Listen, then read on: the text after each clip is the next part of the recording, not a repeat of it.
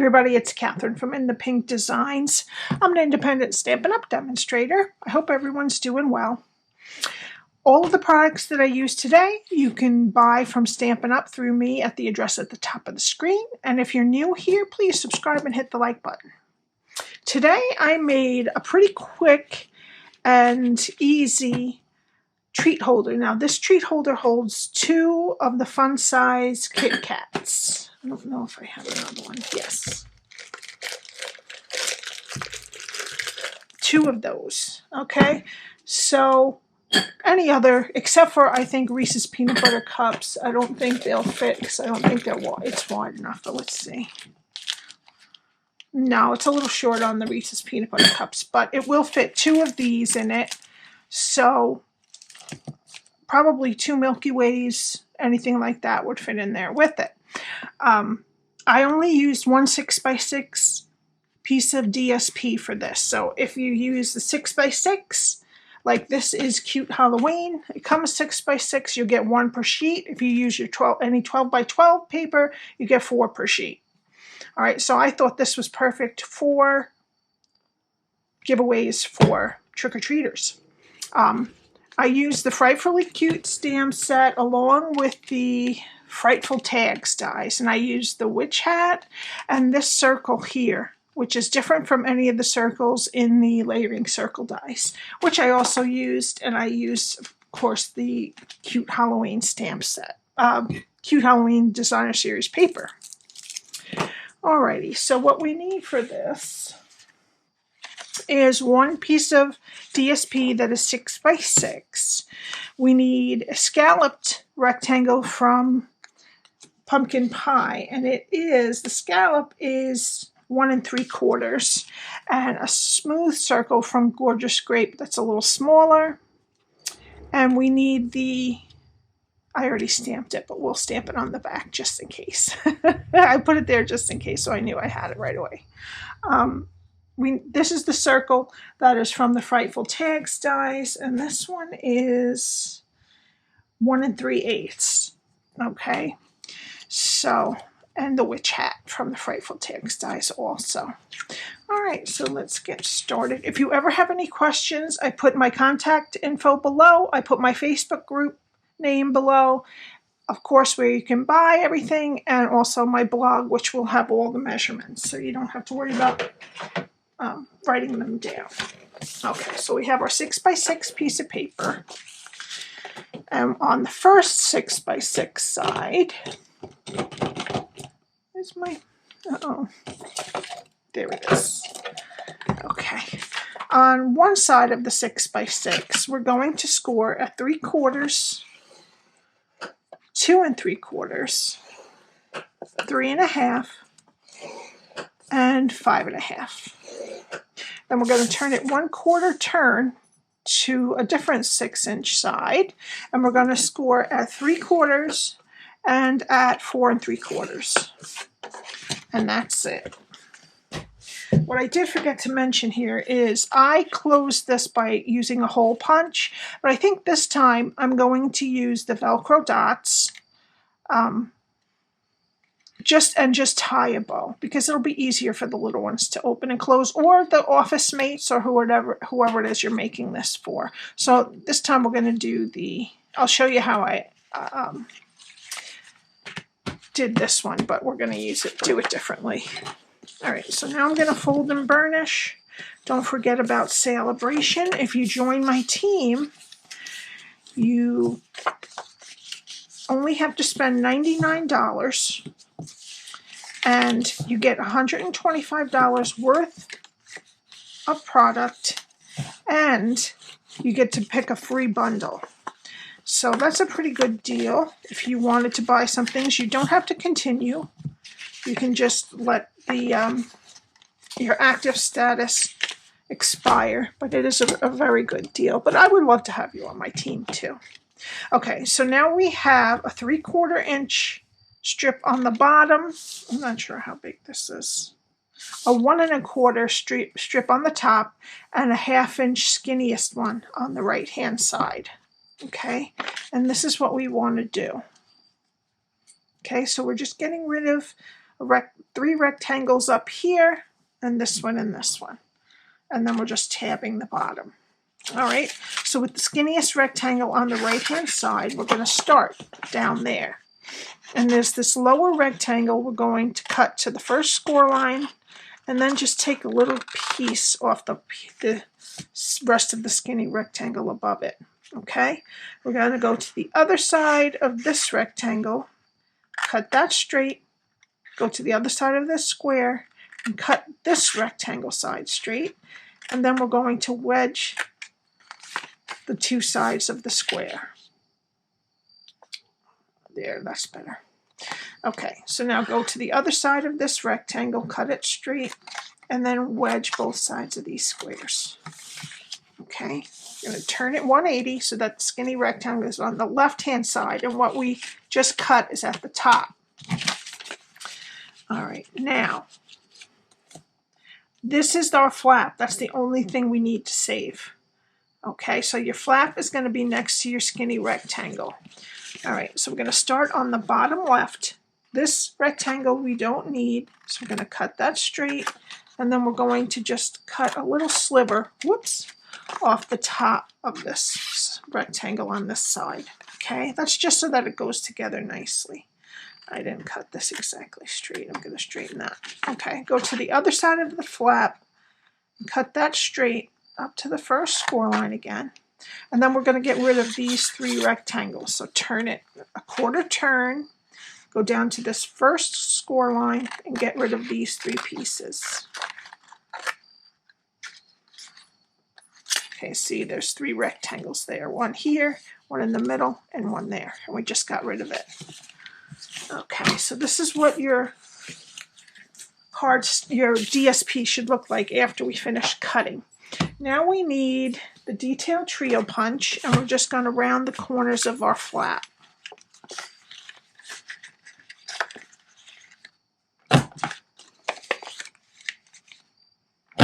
Just like that. Okay, and this is what your cardstock should look like after you scored it, cut it, and rounded the corners of the flap. Okay, now I'm just going to take some tear and tape, and I'm going to put it on the skinny rectangle as close to the score line as we can get it. And I'm going to take your pick tool, and I'm going to take the backing off. We're going to flip it over, flip the side with the tape, and then flip the other side to meet it. Okay, so now this is going to be the back of your box, okay? So we're going to push down the sides and the back, and then we're going to put tape on the back of this rectangle that's left. That's the other bottom flap. And tear and tape is probably overkill for a DSP box. It'll hold it nicely because it's meant to do cardstock, so it will work just fine. Okay, so I'm going to undo this one because I only have one piece. See how this might be? For adults, it's not a big deal, but then when I get something and I want to retie it, it's harder. Okay, so we're going to take two pieces, two Kit Kats, but you could also fit two Milky Ways side by side in here. All right, so then we're going to push the middle with our pointer and squeeze with our other fingers and just match the top, the back and the front together. Okay, and then this will close like that. Okay, now when I cut it, when I punch the holes, I just punch the hole probably about 1/2 inch from the top, 2 of them, okay?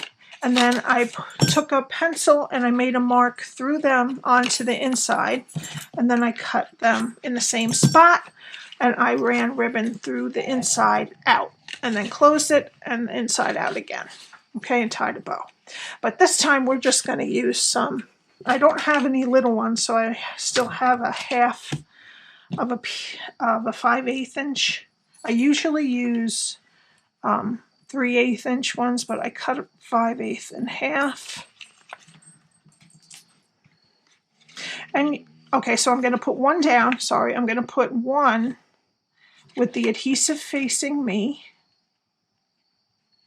Okay, then you're going to squeeze your box and make sure that everything's right and just give it a little press.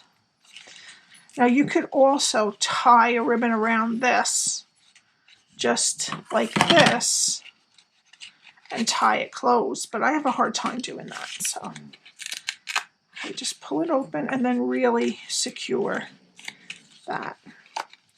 Alrighty, now, and the Velcro dots, I don't always get the same ones. Sometimes I get them from Walmart, sometimes I get them from Amazon, but they're called either 3/8 or 5/8 adhesive Velcro dots. Okay, just put that in on the search. All right, so now let's do our stamping.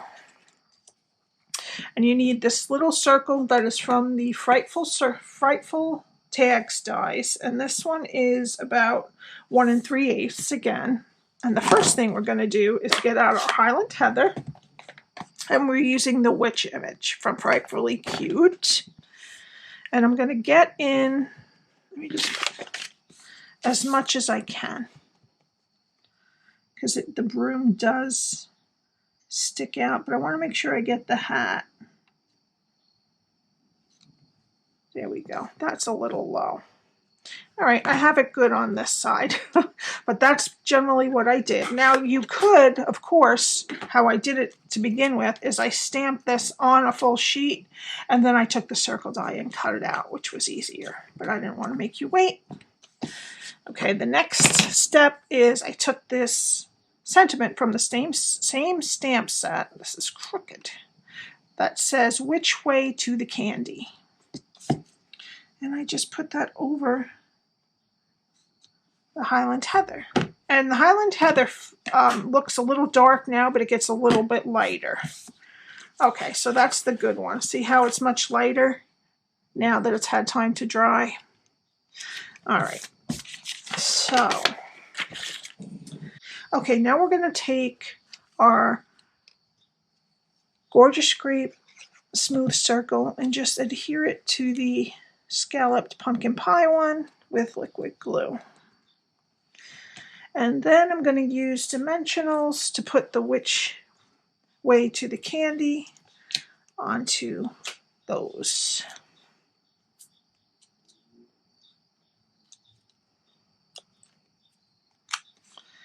And this would be really easy to just mass produce as you're watching TV or something. You can put all this together for Halloween or for office or for trick-or-treaters. Okay, now, did I? Yes, I glued this onto the box, and I just centered it from here to here, from where the end of the flap is to the bottom.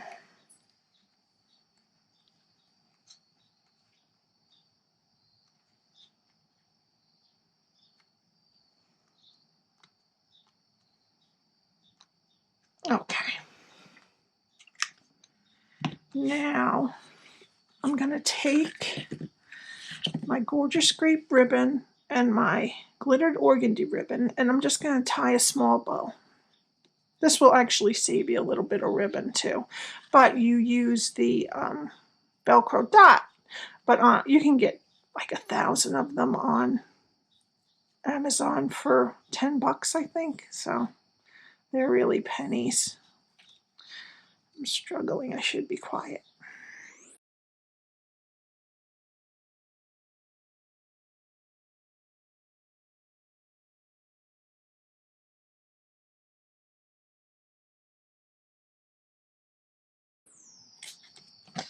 Okay.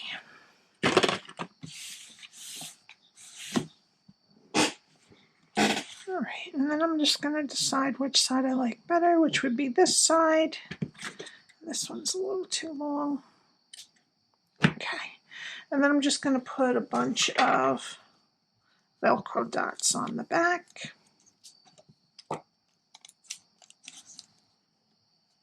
Okay, and then we're just going to put this right in the middle there. Press it down. And then I'm going to take the witch hat and I'm going to put another glue dot right as far down on the hat as I have to not have it show. Okay, and then just stick it. Is that low enough? Probably not. So I'm going to have to roll it up just a little bit. And then I'm just going to stick it right where the tip of the hat, right where the knot is. Okay. And then just for the final touch, I'm just going to use a Rhinestone Basic Jewel. And I'm going to put it right in the middle of the buckle. And that's it. I hope you enjoyed this tutorial. Thank you for watching. And remember, all the information, if you just hit the little arrow on the right-hand side, right below the video box, it will show you all my information of where to go to find out all the measurements and to purchase. Thank you so much, and I will see you next time. Have a great weekend. Bye.